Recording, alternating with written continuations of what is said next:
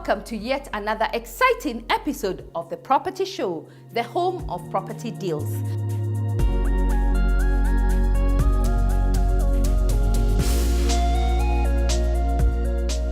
We have witnessed the rise of Kiambu County from the home of colonial settlers and a rural region for tea and coffee farming to a sought-after gold mine for both developers and investors. The county houses modern cities, mega infrastructure, prime institutions, and it continues to grow.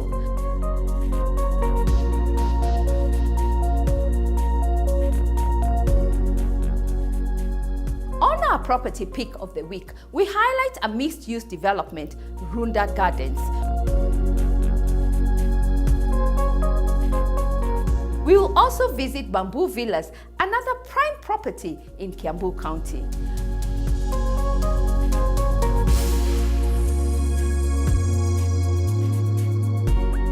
On our expert segment, we get insights on how to avoid disputes on wills, trusts, and estates, which have become common these days. The drama that sometimes comes with inheritance. You find people fighting over who should inherit what, sometimes even refusing to bury a person for days, months, or years, because the real fight is not about where they should be buried, but who should inherit what it is that they left behind.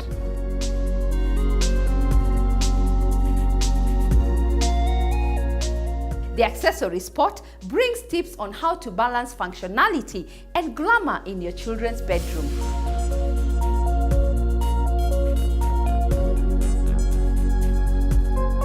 Later on, we'll hear a heartwarming home ownership story. You can never wait to have all the money. You've just got to start. Plus a pick of the hottest properties available in the market.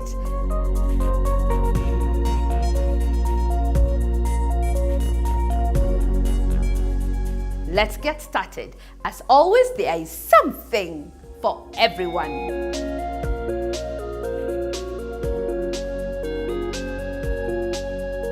Mixed-use developments have evolved in the design and engineering field. It's a model that's constantly changing, with new trends emerging, adapting to the needs of the market. Let's have a look at Runda Gardens, one of the mixed-use developments in Kiambu County.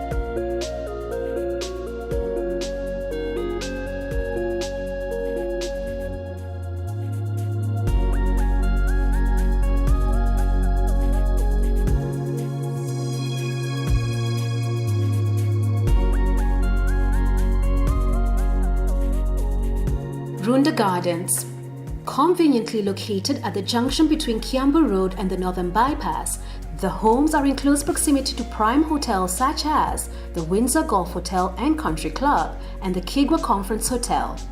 In addition, the Thika Road Mall, the Two Rivers Mall and the Garden City Mall are only a short distance from the development. Educational institutions within the location include the Braben Garden Estate School, Laureate School, and Blessed Junior Nursery School, among others. These townhouses have an exquisite and unique design. There are a total of 120 units. Each unit sits on an eighth of an acre plot that is stylishly manicured to create great ambience. Indoor features include living room with a modern fireplace, kitchen, doby area, 4 bedrooms all-en-suite with spacious built-in wardrobes, pay TV access, tiled floors, internet access, balcony, and DSQ. Salient features include electric fence, alarm system, recreation center, nursery, primary and secondary school, secure Cabra-paved parking, swimming pool, gym, mature gardens, external lighting, and walking track. The price is 37 million Kenya shillings.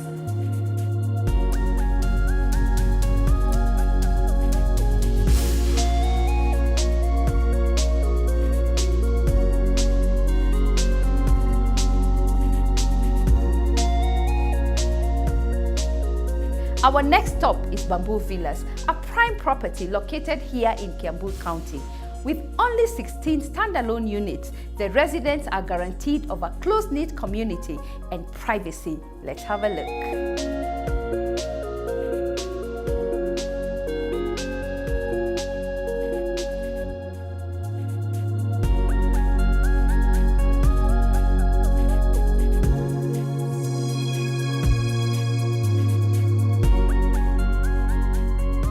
Thank you, George, for having us, and what a beautiful project. Welcome, Nancy. Give us an overview of the project. Talk about the amenities, talk about why this location, the price, and who are the buyers. For Bamboo Villas is a gated community comprising of 16 missionaries. You notice it's a small community, a close-knit community, and we have 4 bedrooms, master being en suite, and a total number of 4 bathrooms. And of course, we have a detached servant quarter. You notice like all the spaces have been elegantly designed and they are quite functional. In terms of plinth area, bit appealed area, we have 174 square meters, and each unit is on a 35 by 80, and they are quite sizable. In terms of amenities, you make sure like we cater for all the necessary amenities. For water, we have an underground water tank, a huge underground water tank, and then each house got an overhead water tank of 2,000 liters, meaning each house got more than 6,000 liters water backup. Yeah. We also have solar water heater, and these are, we use biodigester. And what about security? Security for this neighborhood is quite good. And then you notice we have a boundary wall, which has been reinforced with an electric fence and a razor wire. What would you say influenced you to pick this location for this investment? Before we do any project, we normally do a lot of research to establish like our niche market. And for this project, we are targeting those people who do not want to live in apartments. They value privacy a lot, and they cannot afford a standalone in places like Lavington, Kileleshwa, Kilimani, and still at the same time, they want to live near Westlands, CBD, and want to be near malls. So the reason why I chose this location is because it's quite close to these places. It's only 30 minutes to Westlands and 35 minutes to CBD. And it's also near to malls like Garden City and TRM. Yeah. It's quite serene. It's only 700 meters from the Thika Superhighway, meaning it's quite accessible. It's very near from the main road. Yes. And what have been your major challenges? You know, every development has its own pros and cons. What have been your major challenges here? I'll say the major challenge was initially coming up with the concept. When we realized like there is this market that is not well served, choosing the location was quite a challenge. Where can we get a location that is near Westlands, near CBD, and still at the same time affordable for the kind of market that you're targeting? Yeah. I know that Nomic Capital, this is not your first project. Yes. Let's talk about your first project and where you're taking us next. Our first project was in Kileleshwa.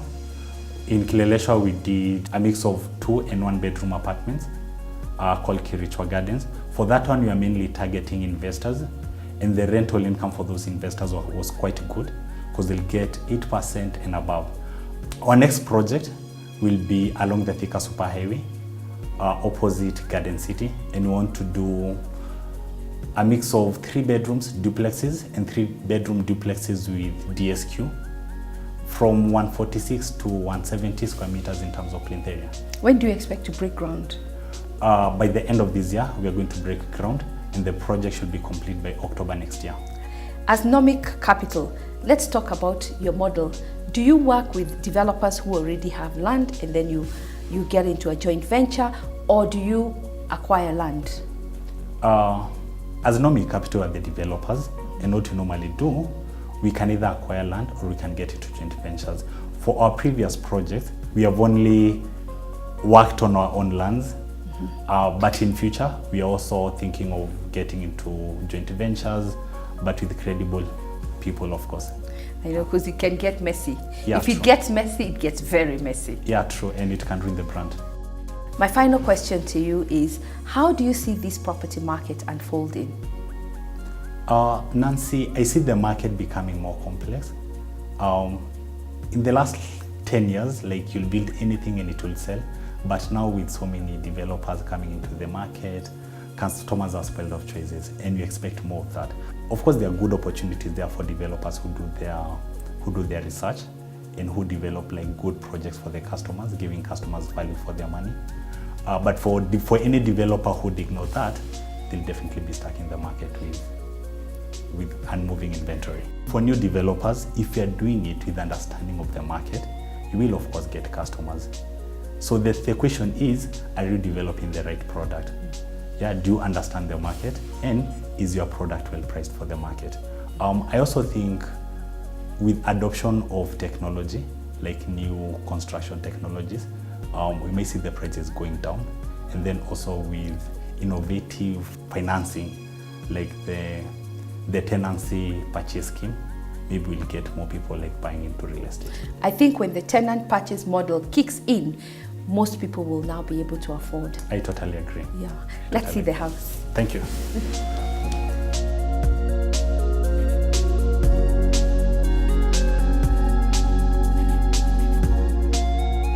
As you come in, Nancy, you notice we have the dining area, which can accommodate more than 4. You can expand it.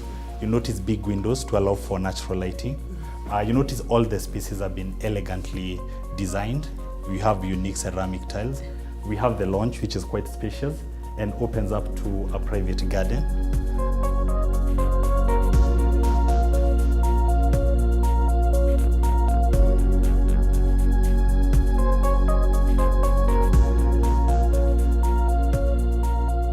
We have a kitchen.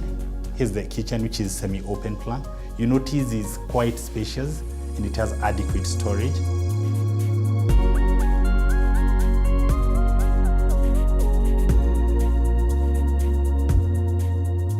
Outside the kitchen, you have the detached servant quarter with its own bathroom, which is outside the servant quarter, so that even other people can be able to use it. Okay. Yeah. We have also provided for a balcony, which you can access from the sliding door.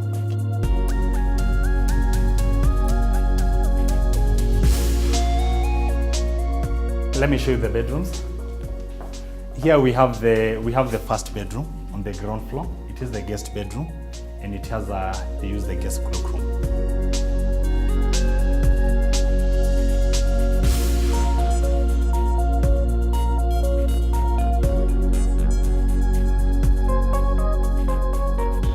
As you can see, Nancy, we have enough space for you to take up the furniture. Yes, yes. And the balustrades have been well designed with mahogany finishing. You notice the big windows for lighting. I can see there's a lot of natural light. Yeah, there's a lot of natural light, and that is one thing you have to consider. That's why we have the big windows. Yeah. As we come up, Nancy, you notice we have 2 bedrooms. Yes. These are the 2 normal bedrooms, and they're going to share 1 bathroom, which you're going to see.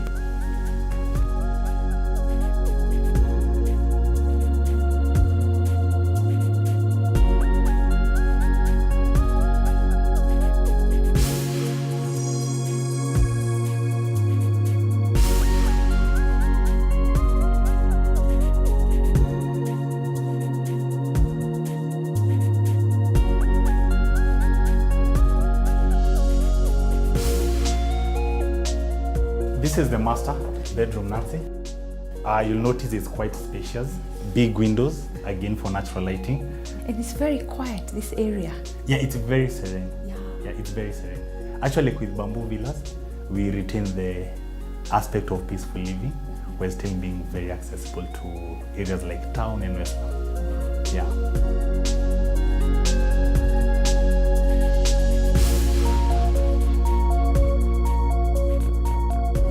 We have walk-in wardrobes. Yes, his and hers. His and hers. This is the bathroom. You have 2 options. If you need a quick shower, you can use the shower. If you need to take a long shower after a long day, you can use the bathtub.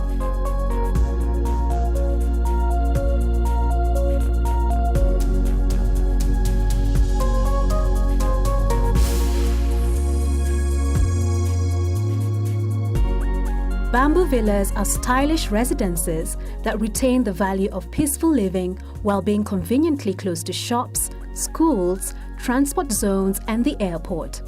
These 4-bedroom homes are perfect for a family and reflect on the personality and taste of those accustomed to the best quality design, finishes, and lifestyle.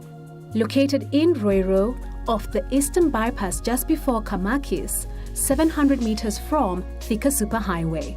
Accommodation includes spacious living area, high ceiling, clad in unique ceramic floor tiles, inbuilt kitchen cabinetry, sizable visitors cloakroom, 4-bedroom ensuite plus, inbuilt wardrobes, and DSQ ensuite.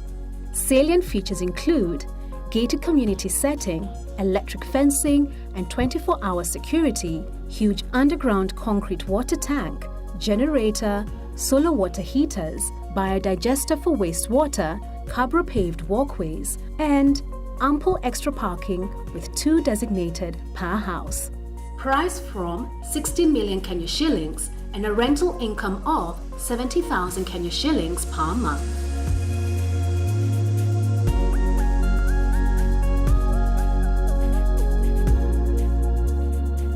Would you like to join the mixed-use development wagon? Call, email or visit us at First Avenue and we'll set you on the right track.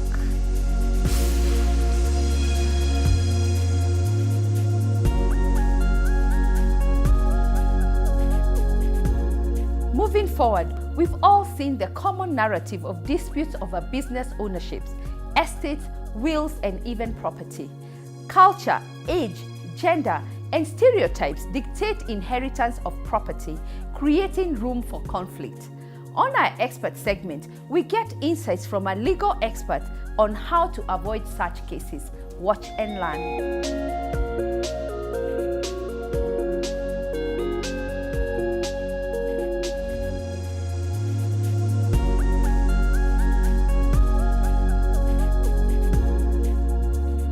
We work so hard every single day to provide for ourselves, to provide for our children, to provide for our loved ones. In the process of working hard, we are able to pick up a property here and there, some shares, a bank account, a piece of land, something. It is often quite tragic that this same property is often the source of so much conflict and sadness in our lives. We all have had experience, maybe firsthand or somebody we know, who is having a challenge because there is a dispute around property in their lives. It could be that they have children who they do not know whether or not they are responsible enough to handle the property that these people have accumulated. It could be that in a marriage, the spouses cannot agree on how the property that they have acquired should be managed. In the event that a marriage is breaking up, a lot of the conflict is sometimes found in trying to decide who gets what when that relationship is over. And finally, which is very often ends up in our courts and in our newspapers, is the drama that sometimes comes with inheritance. You find people fighting over who should inherit what, sometimes even refusing to bury a person for days, months, or years, because the real fight is not about where they should be buried, but who should inherit what it is that they left behind. It is not our intention that when we are acquiring these properties, that we should be acquiring them for them to cause conflicts in our lives or in our properties. These properties are meant to enhance the quality of our lives. But if we do not have the right tools to make sure that that happens, then very often we do find ourselves in a conflict around the ownership of property. We have talked about all the drama that sometimes comes with owning property. But let's talk about the possibilities, the solutions, the options that exist to help us navigate property ownership. One of the fundamentals is understanding how property is owned. The other fundamental is understanding our intention towards that property. When the understanding of how property is owned and understanding of the intention of that towards that property is clear, then we have a very good foundation for having a sound platform for ownership of property. How is property owned? Property can be owned by an individual, by a group, or through a company. For example, the clothes that I'm wearing on my back, I hope, are mine. So I am a sole owner of my clothes. Sometimes people can come together to own property as a group. In that sense, for example, Kenyans are fond of coming together to invest in property as a group. So it's a group ownership, or what is called common ownership of property. Sometimes we can take that a step further and say that we want to remove ourselves from personal ownership of property and own property through a third party, an entity, commonly known as a company. When property is owned by a company, it is the company that is the owner of the property. The individuals then own the property by owning the company. Those are the three most common ways in which people own property. How do you know that you're an owner of property? The most easily identifiable way of knowing that you're an owner of property is you will have a document of some sort that will recognize you as having legal ownership rights in that property. We are all quite familiar with a document of title that confers ownership over land, logbooks that confer ownership over vehicles, share certificates that confer ownership over shares. Property can also be owned in other more informal ways, outside of the documents of title that we just talked about. In some cases, people acquire what is called ownership rights in a property because of the relationship they have with that property. The most common ownership rights are acquired through a combination of three things: time, effort, money. Where time, effort, and money are invested towards the acquisition of a property, it is often found that there are rights that are acquired as a result of that. It is not possible to say with certainty that they are or they are not, but this is when it becomes clear that seeking advice from a property professional as to whether or not some ownership rights have been acquired is a wise thing to do.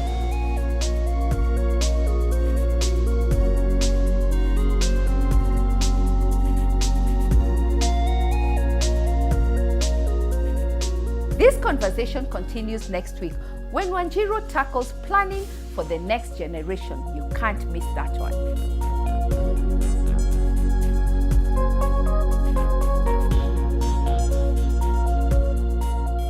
Don't touch that dial. More tips are coming your way after the break.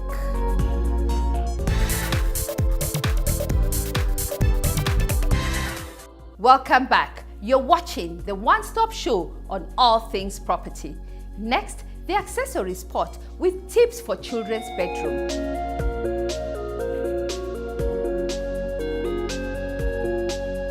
Children's bedrooms are all about balancing functionality with glamour they can relate to.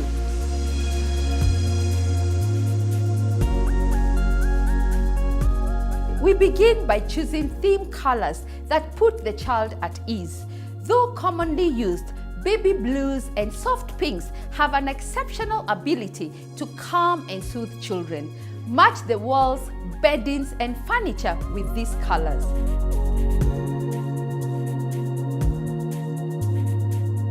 When choosing furniture for a child's bedroom, consider their preferences. For instance, you may use a car-shaped bed for your little boy if they are into car toy.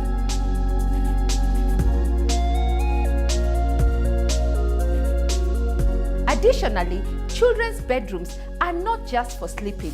Sometimes children will want to play indoors. They will also want to use their rooms to do schoolwork or get creative with their crayons. It works well to divide the room into functional areas. Set aside play space, a reading or homework area, a dressing area, and the sleeping area.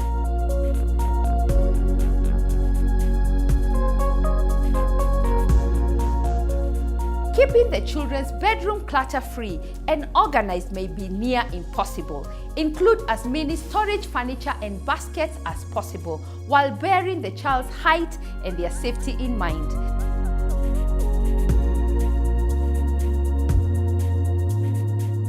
Children should be able to reach drawer chests, cabinets, and closets with ease.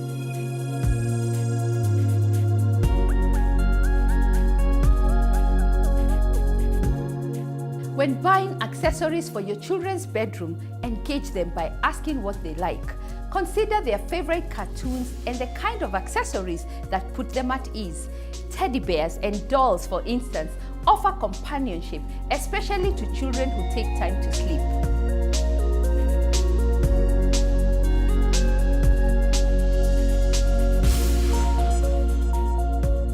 Would you like us to help you turn your house into a dream home? And which areas would you like us to tackle? Call, email, or visit our offices. Our interior design experts will be at hand to guide you.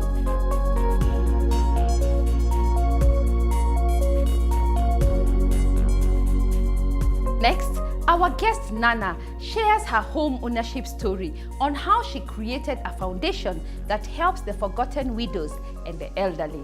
Let's hear more.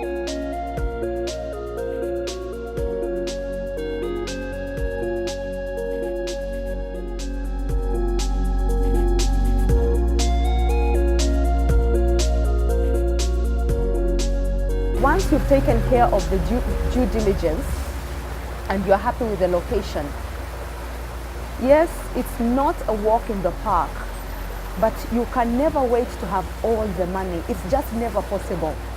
You've just got to start Where you are. You've got to start where you are and have a plan.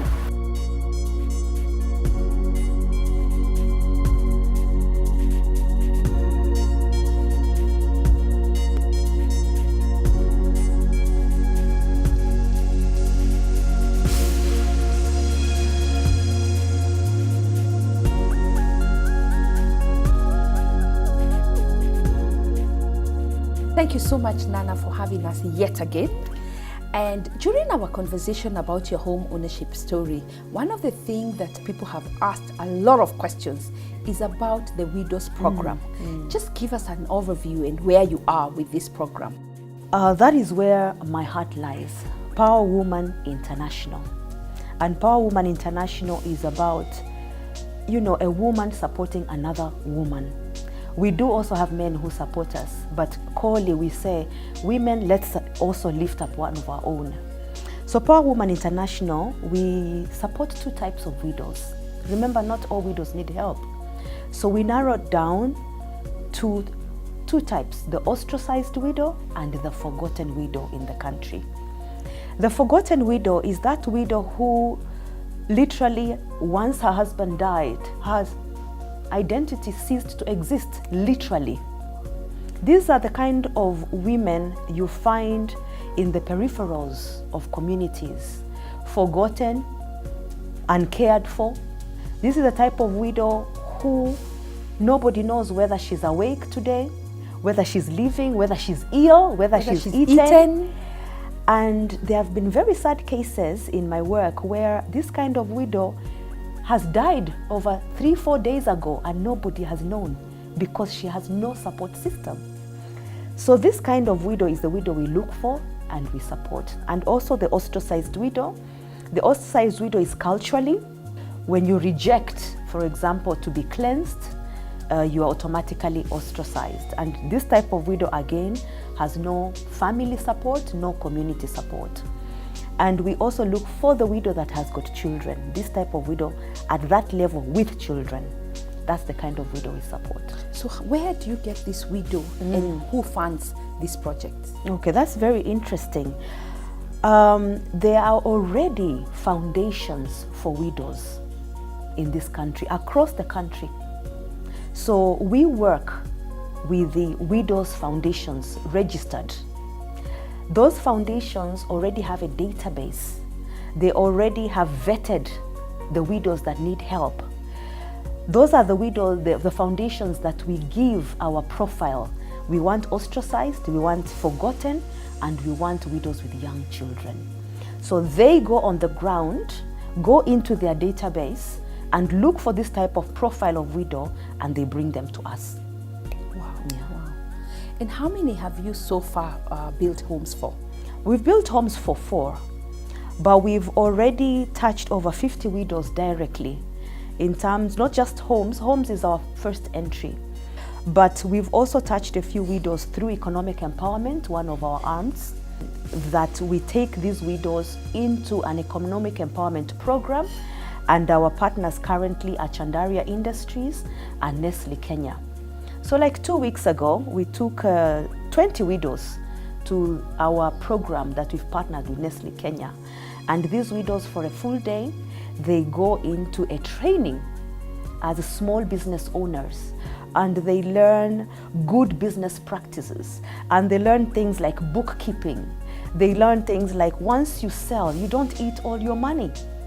You don't eat the fruit plus the branch and the roots of it. So they are told to save a little, eat a little, and restock their products. So those are some of the economic empowerment programs that we engage our widows, because it's not a question of just giving, not just giving the widow fish. We just want to teach her also how to fish, because we want her to stand on her own. Remember, we pick widows with children. Yeah. And what has been your major challenge? Our biggest challenge has been the land. What do you mean by the land? Remember, the type of widow we pick is the widow that is forgotten and ostracized. These widows have no shelter. Why? Because where you live somehow is in the peripherals of community. You've been forgotten, you've been rejected. So we find them in the peripherals of community, we find them in the bush, we find them in deplorable conditions. We find them ill. And because we support these widows under 4 pillars, shelter just being one of them, counseling, economic empowerment, and education. So the question is, this widow that we find in such conditions, where do you begin? We even economically empower her in a house that is leaking, in a house that floods? How? She's ill half the time because of the conditions she lives in. So the first entry is shelter. Bring this woman into an environment where she can live in security, health with her children. Now from there we start talking of economic empowerment, education for the children, counseling. So our biggest challenge has been the land, because the rejected widow, they don't have land. The ostracized has been rejected by her community, her family, and usually we also work in partnership with some of the lawyers who do pro bono cases, so that this widow who had been married 5, 10, 20 years before her husband passed on, has got rights, constitutional rights. Her children have rights. They're supposed to inherit their father's property. But on the ground, it's not happening to this type of widow. So although we work with lawyers who take on the pro bono cases, these things take long. Yes. In the meantime, we speak to the chief, we work in partnership with the foundations on the ground to help us get land for the widow. Now, sometimes we get land, the chief will allocate land legally, and we are able to put up a permanent structure for the widow. Sometimes we are given government land, and therefore we cannot put up a permanent structure, but still we are able to put up traditional homes that we finish well with cementing to make it look nice and presentable. What about where you don't find land? That's has been our biggest challenge. There's so much need there, but getting the land sometimes has been just not possible. It's not coming through. And that is what has led us to pivot this project into Anne-Marie villages across the country. Initially, when I started this work, I wanted to support the widows in their communities, reintegrate them into their communities, and take it up from there. However, the widows we are not able to get land for, we are now building what we are calling Anne-Marie villages across the country. These are the villages that will be self-sustaining. We are going to have fish ponds, poultry, dairy, greenhouses, agribusiness. These women are the ones who are going to actually work in this village. They are going to produce for themselves. We are going to have schools in the villages for the children, clinics, boreholes, security, name it. Let me finish by saying this, Nancy. I have learned that when you help somebody, it comes back tenfold. When you help a widow, Nancy, it changes who you are. And there's something I always tell young people especially, that we are blessed to bless. We are blessed to bless. We are just a conduit which the blessings of the Lord should pass through us. And you know, Nancy, it is selfish to not want to even be successful in life, because we are successful so that the success can touch many other people. The next level, Nancy, we are going to is the coast. Yes, that's our next stop, the coast.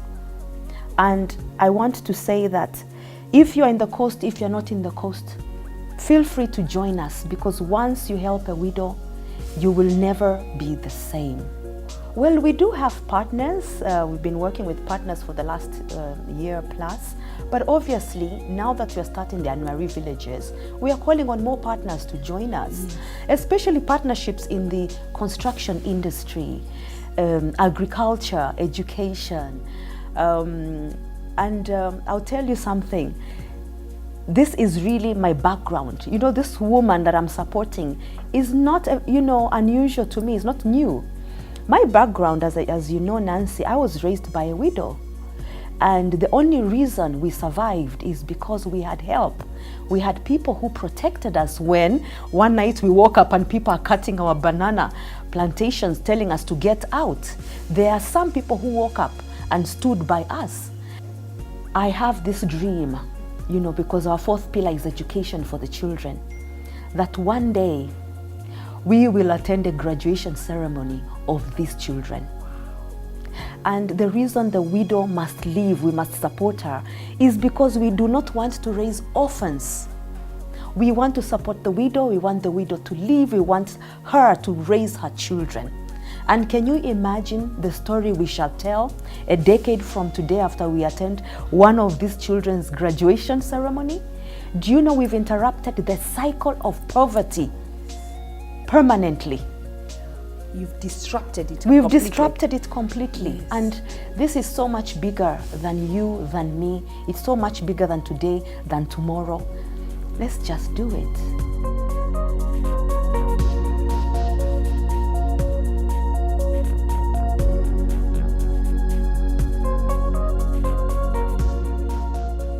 You too can share your interesting story. Call us or send us your contact details on our social media platforms.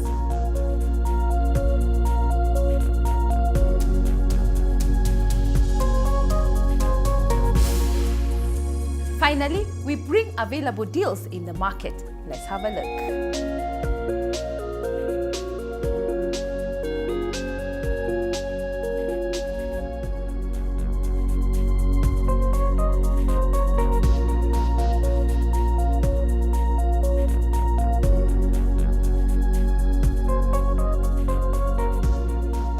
Each house sits on 1/8 of an acre, and there are a total of 113 units.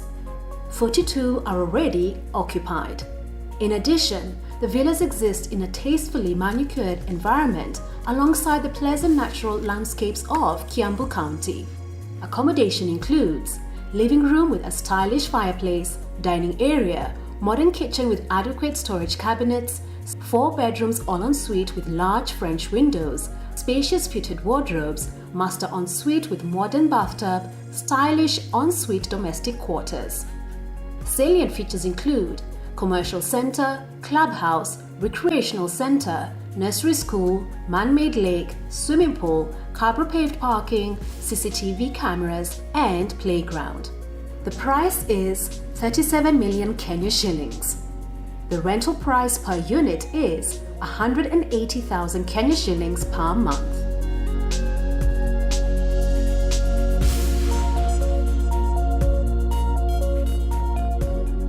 Emerald Park is located along Kilimani Road. It is a 3-bedroom house that is tastefully finished to serve the modern living. Accommodation includes spacious lounge, spacious dining area, visitors' cloakroom, modern kitchen, 1-bedroom ensuite and a common bathroom for the other, master ensuite, and balcony that acts as the utility area. Salient features include 24-hour man gate, perimeter wall with electric fencing, swimming pool, parking, and manicured gardens.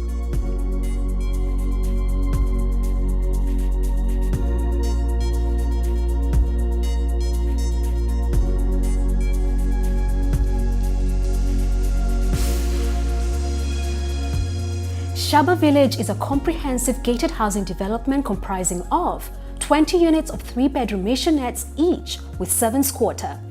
The development also has 4 blocks of apartments comprising of 2 and 3-bedroom units. The development is suitable for homeowners who wish to secure a peaceful home environment, as well as investors who wish to invest in real estate with good rental income.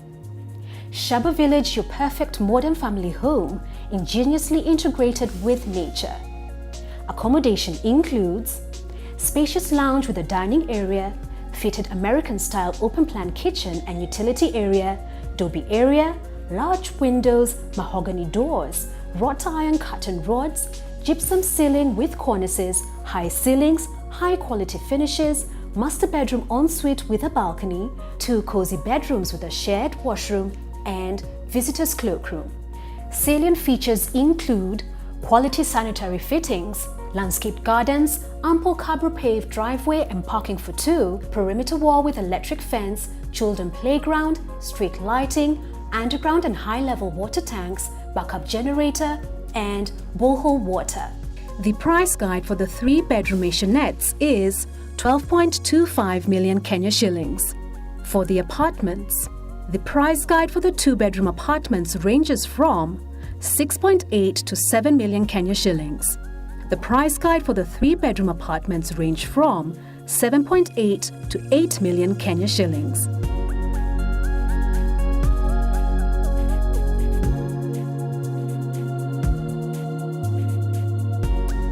Kitengela Terraces is a development designed ideally for exclusive and comfortable living and comprises of 40 exquisite 2-bedroom apartments set amidst tranquil environment in Milimani area, Kitengela, with the access road right opposite the Nairobi Women's Hospital. Accommodation includes lounge with balcony, large windows bringing natural light, dining area, open-plan kitchen with granite worktops, Dobby area, state-of-the-art finishes with attention to detail, visitors' cloakroom, and master bedroom ensuite. Salient features include perimeter wall with electric fencing and a guardhouse, ample parking space and adequate visitors' parking, cabro-paved walkways, solar water heating, and borehole. The price guide for this apartment is from 4.36 million Kenya shillings for investment. The anticipated rental income is between 25,000 and 30,000 Kenya shillings per month.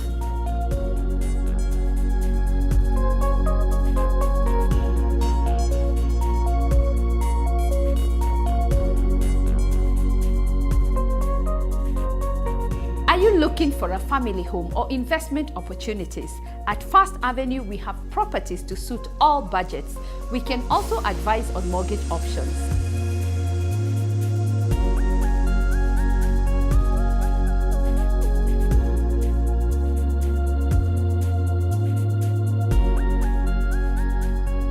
We've come to the end of today's show. Thank you for tuning in. As always, see you next week, same time, same place, different tips. Remember, there is something for everyone. Kwaheri.